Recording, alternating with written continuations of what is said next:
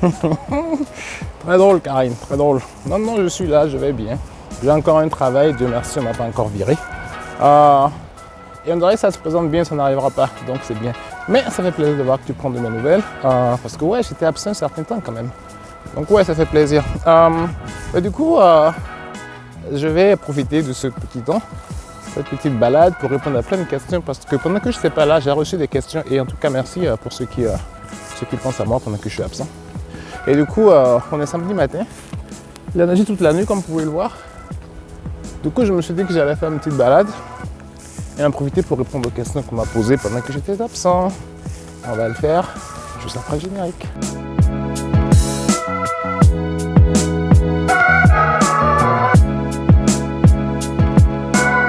Commencez les gars, je vais juste vous dire un truc.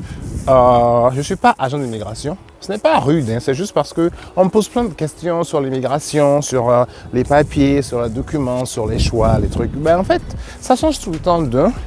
Et puis de deux, je ne suis pas agent d'immigration, donc j'aime pas trop dire des trucs que je ne maîtrise pas. C'est pour ça que je ne réponds pas à ces questions-là. Donc, toutes les questions qui ont à voir avec l'immigration, les questions techniques, allez sur le site canada.ca, vous aurez toutes vos réponses. Parce que moi, je partage juste mon expérience ici, ma vie et tout. Mais quand il s'agit d'immigration, je ne peux pas vraiment vous dire parce que je ne sais pas. Donc ça c'est la première chose que je vais mettre, que je vais évacuer. La deuxième chose, c'est qu'il y a beaucoup d'entre vous qui me demandent un contact personnel. Comment dire ceci sans paraître rude? Je ne veux pas vous donner mon contact personnel parce que je ne vous connais pas. Ah mais comment dire? Je ne vous connais pas et puis c'est dangereux, vous savez, donner son téléphone à tout le monde comme ça. C'est pour ça que j'ai mis en place le compte Instagram pour pouvoir répondre aux gens. En fait, si vous voulez me parler personnellement, utilisez le compte Instagram et je vous répondrai. Mais les WhatsApp, tout ça là, un peu tendu quoi. Donc voilà, je voulais juste éclaircir tout ça. Parce qu'il y a des gens qui posent des questions et qui n'ont pas de réponse. C'est un peu sombre ici. Je sais pas, j'espère que ça passera mieux sur la vidéo. Et donc je ne réponds pas à tout ça, donc je ne voudrais pas que ça crée des petites tensions.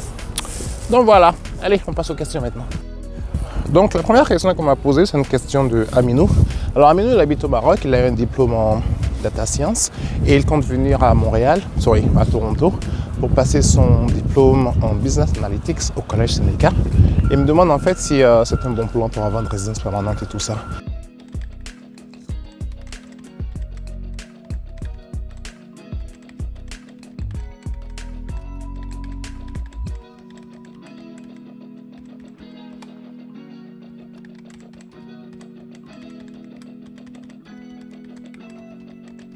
Donc en gros, d'après ce que moi je connais, quand tu obtiens ton diplôme ici en Amérique, au Canada, sorry. Yeah. Good morning. D'après ce que je sais, quand tu passes ton diplôme ici en Ontario, je pense qu'après le diplôme, tu obtiens un permis qui te permet d'obtenir un travail. Alors c'est à vérifier. C'est un permis de peut-être 3 ans, je ne sais plus, qui te permet d'obtenir un permis de travail. Et pendant que tu as ce permis de travail, tu peux postuler à ta résidence permanente. Il me semble, tout ce que je dis là, c'est à prendre avec des pincettes, parce que je ne suis pas sûr, parce que moi, ça fait longtemps que j'ai fait ça. Mais en tout cas, c'est un bon domaine, c'est un domaine recherché. Et franchement, si tu arrives à Toronto et que tu fais ce genre de diplôme, tu ne devrais vraiment pas avoir de mal à trouver du travail. Voilà quoi. Donc voilà ce que j'ai à dire à Minou. Et merci de me suivre, ça fait très plaisir et apprécier le soleil du Maroc. Parce que ici, c'est quand même joli, c'est quand même pas mal ici. Laissez-moi vous montrer un peu à quoi ça ressemble avant de passer à la seconde question.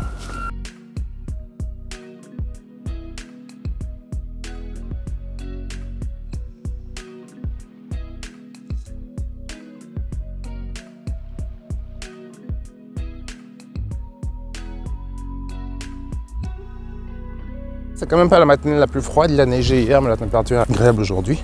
Bon là, je fais attention à mes pas parce que c'est la neige et il y a un pont en face, il y a un pont qui arrive et le pont n'est pas maintenu pendant l'hiver. Donc il faut vraiment que je fasse attention, faut pas me casser la gueule. Anyway, mais je voulais juste vous montrer aussi le paysage quoi, parce que j'en ai un peu marre de faire des vidéos chez moi et tout. Anyway, la deuxième question, c'est aussi une question Insta. C'est une question Insta de Abon ou Habon, Youssouf.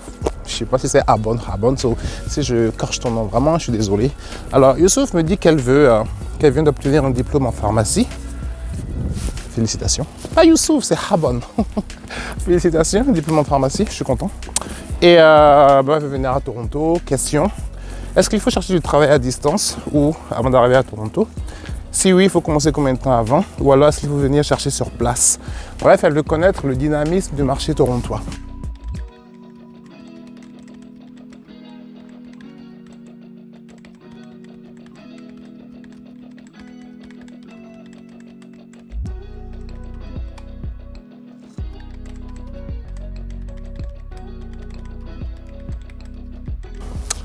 Alors moi, je conseillerais toujours de venir sur place avant de chercher parce que en tant que recruteur, c'est beaucoup plus simple de recruter les gens qui sont ici.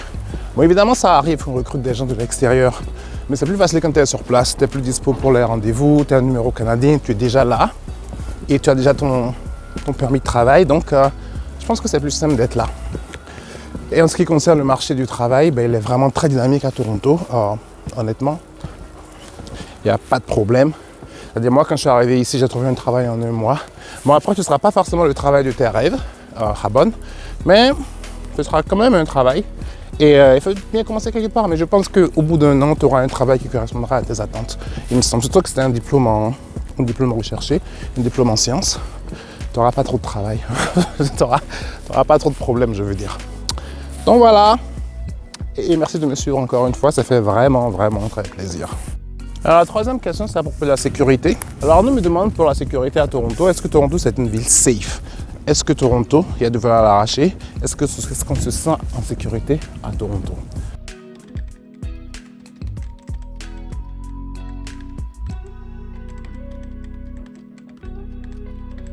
Alors moi j'ai juste envie de dire oui. Alors moi quand j'étais à Paris, je ne me sentais pas en non-sécurité, je ne me sentais pas en danger. Une fois, j'ai fait me faire agresser à Châtelet, mais les gars, je pense qu'ils ont volé à mon téléphone et ils se sont rendus compte que c'était un vieux téléphone, donc je pense qu'ils m'ont laissé tranquille. Je ne suis pas sûr parce que du coup, je ne me suis pas fait agresser, donc je ne sais pas ce qui s'est passé. Je ne me suis jamais senti en insécurité quand j'habitais en région parisienne. Mais quand je suis arrivé ici, c'était un autre level. Parce que ici, en fait, la première chose qui m'a choqué, c'est j'habitais au bord du lac, downtown. Et je voyais des filles qui se baladaient seules au bord du lac dans les 22h, 23h et tout ça. Et j'ai trouvé ça impressionnant parce que j'avais jamais vu autant de sécurité, quoi. Donc je pense que c'est une ville relativement safe. Évidemment, comme dans toutes les villes, il y a les coins un peu hot. Mais de manière générale, je dirais que le centre-ville de Toronto, c'est un endroit particulièrement safe et qu'il n'y a pas grand danger. Bien entendu, comme j'ai dit tout à l'heure, partout, comme partout, il y a des shootings, il y a des gens qui tuent. Il y a des gens qui violent, des gens qui agressent. Mais de manière générale, je dirais que c'est une ville plutôt safe.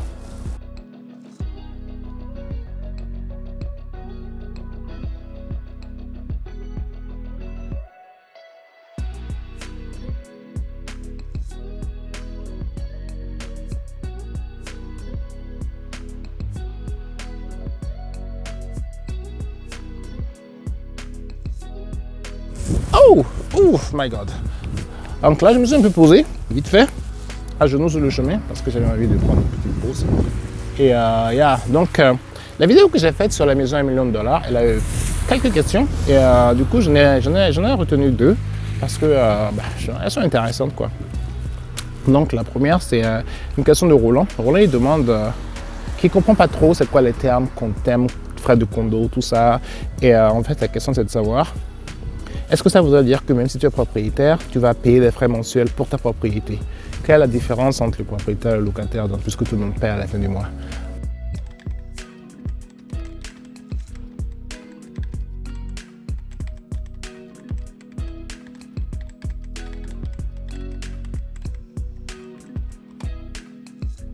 En fait, quand tu es propriétaire, tu paies même encore plus. Parce que quand tu es propriétaire, tu paies ton mortgage, c'est-à-dire ton hypothèque à la banque. Tu paies les frais de condo parce que, effectivement, ce condo, comme les immeubles que vous voyez derrière moi, il y a plein de trucs dedans. Il y a une gym, il y a un agent de sécurité, il y a une piscine, il y a une salle de fête, il y a une salle de jeu, il y a tout ça. Et tout ça, ça coûte de l'argent. Donc, pour maintenir tout ça, il y a aussi les femmes de ménage qui passent tous les jours. Donc pour maintenir tout ça, il faut bien qu'il y ait de l'argent qui rentre quelque part. Donc tous les propriétaires paient ce qu'on appelle les frais de condo, qui couvre tous ces frais. Ça couvre aussi, il faut aussi des réserves pour que le condo puisse fonctionner en cas de problème. Bref, tous les frais de fonctionnement du condo sont couverts par tous les propriétaires. C'est ce qu'on appelle les frais de condo. C'est pour ça que quand tu es propriétaire, tu payes les frais de condo. Quand tu es locataire, ben, tu payes juste un loyer, quoi. Après, ça dépend. Mais toi, tu payes juste le loyer. Quand tu es propriétaire, tu payes aussi des taxes de propriété, parce que tu es propriétaire. Et tu payes ton hypothèque. Donc, en gros, quand tu es propriétaire, tu payes plus des fois que le locataire. Moi, par exemple, je possède un appartement ici et le loyer ne couvre pas tous les frais. Donc, tous les mois, je ressors de l'argent pour couvrir les frais. Donc, ça, c'est l'inconvénient. Des fois, ça coûte plus cher. L'avantage, c'est que tu as un bien immobilier, un investissement, qui prend de la valeur avec le temps. Et si je décide de le vendre dans 15, 20, 30 ans, ben, je ferai de l'argent, quoi. Mais oui, en tant que propriétaire, tu paies des frais. Et ça, ben, c'est ça, quoi. C'est comme ça. Alors, toujours à propos de ces maisons à $1 million, qui c'est qui pose la question? C'est Abdulaziz. C'est le même? Non, c'est Abdulaziz. Abdulaziz. Hi Abdulaziz. Abdulaziz me demande si on peut avoir sa maison en location.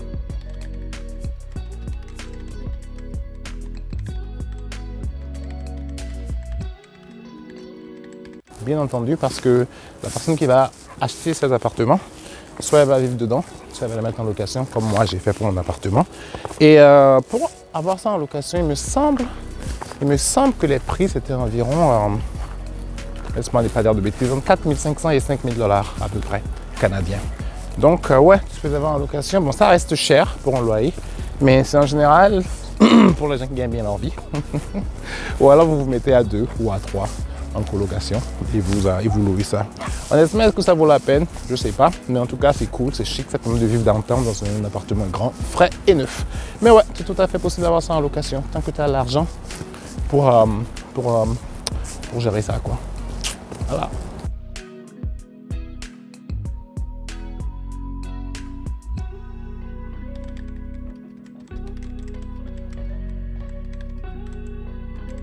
Ben écoutez, c'est comme partout, hein. Alors, tu peux chercher sur Kijiji, kijiji.ca. Tu peux chercher sur Craigslist, ça c'est des sites comme Le Bon Coin, des sites de petites annonces. Tu peux chercher sur Facebook Market et tu peux aussi engager un agent immobilier. Alors l'agent immobilier, ce qu'il fait, c'est qu'il a accès à plein d'annonces et s'il voit un truc qui t'intéresse, il te fait visiter. Tu ne payes rien en tant que locataire, c'est le propriétaire qui paye ça. Sur la prochaine question, c'est Ismaël qui demande est-ce qu'il est facile de trouver un logement ici avec un contrat court. Les logements, ça vous intéresse beaucoup, j'ai remarqué. C'est bien, je suis content. C'est-à-dire que vous avez envie de venir, c'est cool. Mais regardez comment il fait froid et réfléchissez avant de venir. Les logements.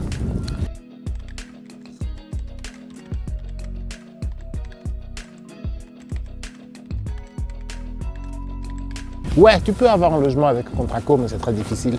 Parce que même moi, quand je louais mon logement, ben, les contrats courts, je ne les ai pas vraiment privilégiés. Pour plusieurs raisons. Parce que tu sais, ici en Ontario, la loi est très en faveur des locataires. Si un locataire décide de ne pas payer, j'en ai parlé dans la vidéo, je vais la mettre là ou là si ça vous intéresse, décide de ne pas payer, donc c'est très difficile de les sortir, c'est très difficile de pouvoir s'en sortir en gros, parce que le locataire, parce que même si tu l'amènes au tribunal, les tribunaux ils sont en retard de 6 mois, quoi. Donc ça devient très difficile de pouvoir, comment dire, s'en sortir financièrement. Du coup, un des critères que les locataires et que les propriétaires demandent, c'est d'avoir un contrat longue durée, un contrat de durée indéterminée, ou au moins un contrat d'1 an. Parce qu'au moins, bon, tu te dis, bon, s'il a un contrat d'1 an, au moins il peut payer. Bon, ça ne garantit rien, mais au moins il peut payer.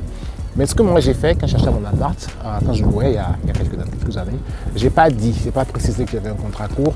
C'est un contrat de 4 mois il me semble, mais j'ai jamais précisé que c'était 4 mois. J'avais juste un document de crédit en bonne et due forme. Le propriétaire m'a fait confiance, ça arrive. Mais ouais, disons que c'est plus difficile quand tu as un contrat court et que c'est mieux d'avoir un contrat long.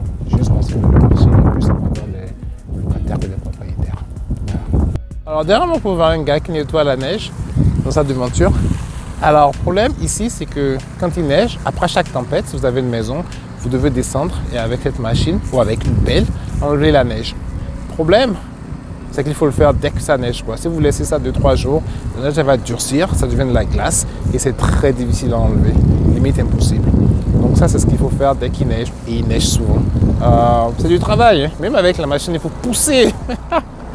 pousser avec les bras, les gars. C'est pas facile. C'est pas facile. Et il fait froid. Alors, j'ai un abonné qui s'appelle Charlie Silva. Alors, salut Charlie, qui m'a posé une question il y a 2 mois. Alors, j'adore cette question. Je l'ai en tête depuis. J'ai fait une vidéo pour y répondre. Alors, la question c'est... Bon, logement cher, vie chère, compliqué d'avoir un logement. Alors, quels sont les avantages d'y vivre à Toronto? Parce que vous y êtes. Je vous écoute. Merci.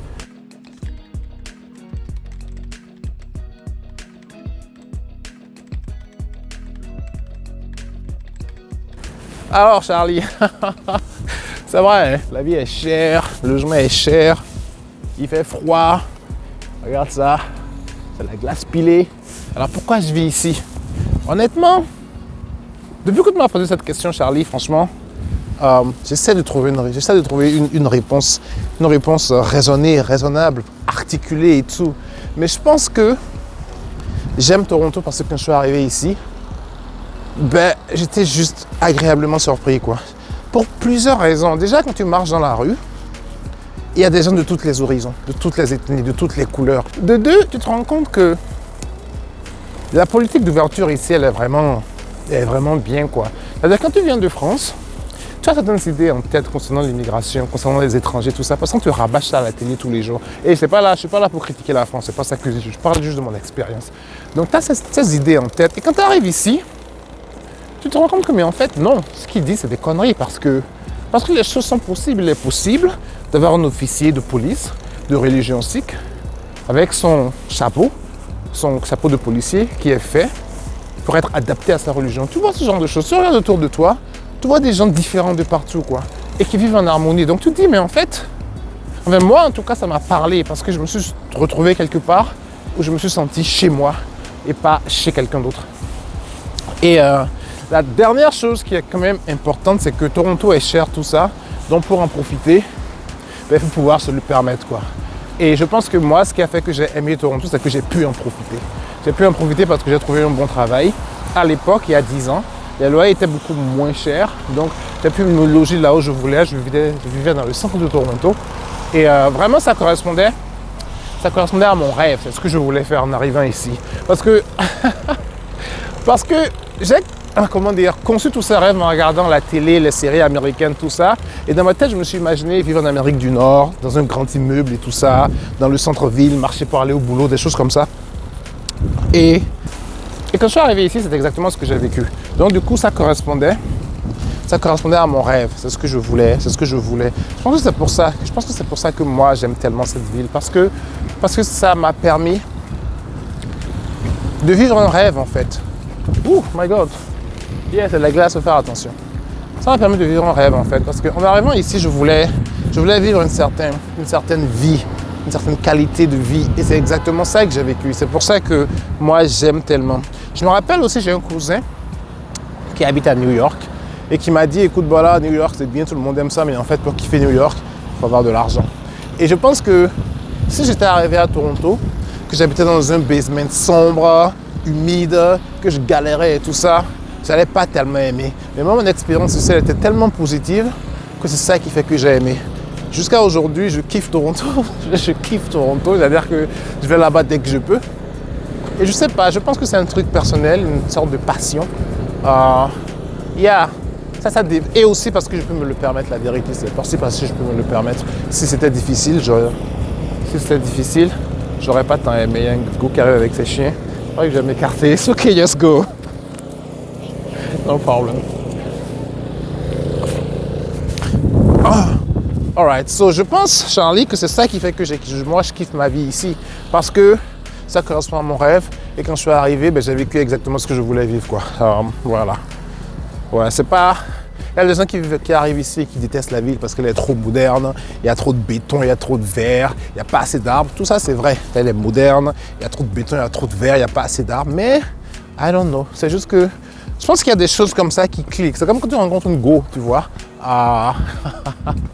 Tu cliques avec elle. Là, quand je suis arrivé à Toronto, j'ai cliqué, quoi. Et aussi, je suis arrivé en été, il faisait beau, il faisait chaud. La fille était belle. Non, j'ai kiffé. Voilà, j'ai vraiment kiffé. Donc, c'est ça qui fait que j'aime. C'est juste, je crois que c'est un truc personnel, quoi. Il n'y a pas vraiment d'explication, c'est juste un truc perso. Et, ouais, voilà, quoi. J'espère que ça répond à ta question. Et merci de me suivre. J'aime les gens comme toi qui posent les vraies questions.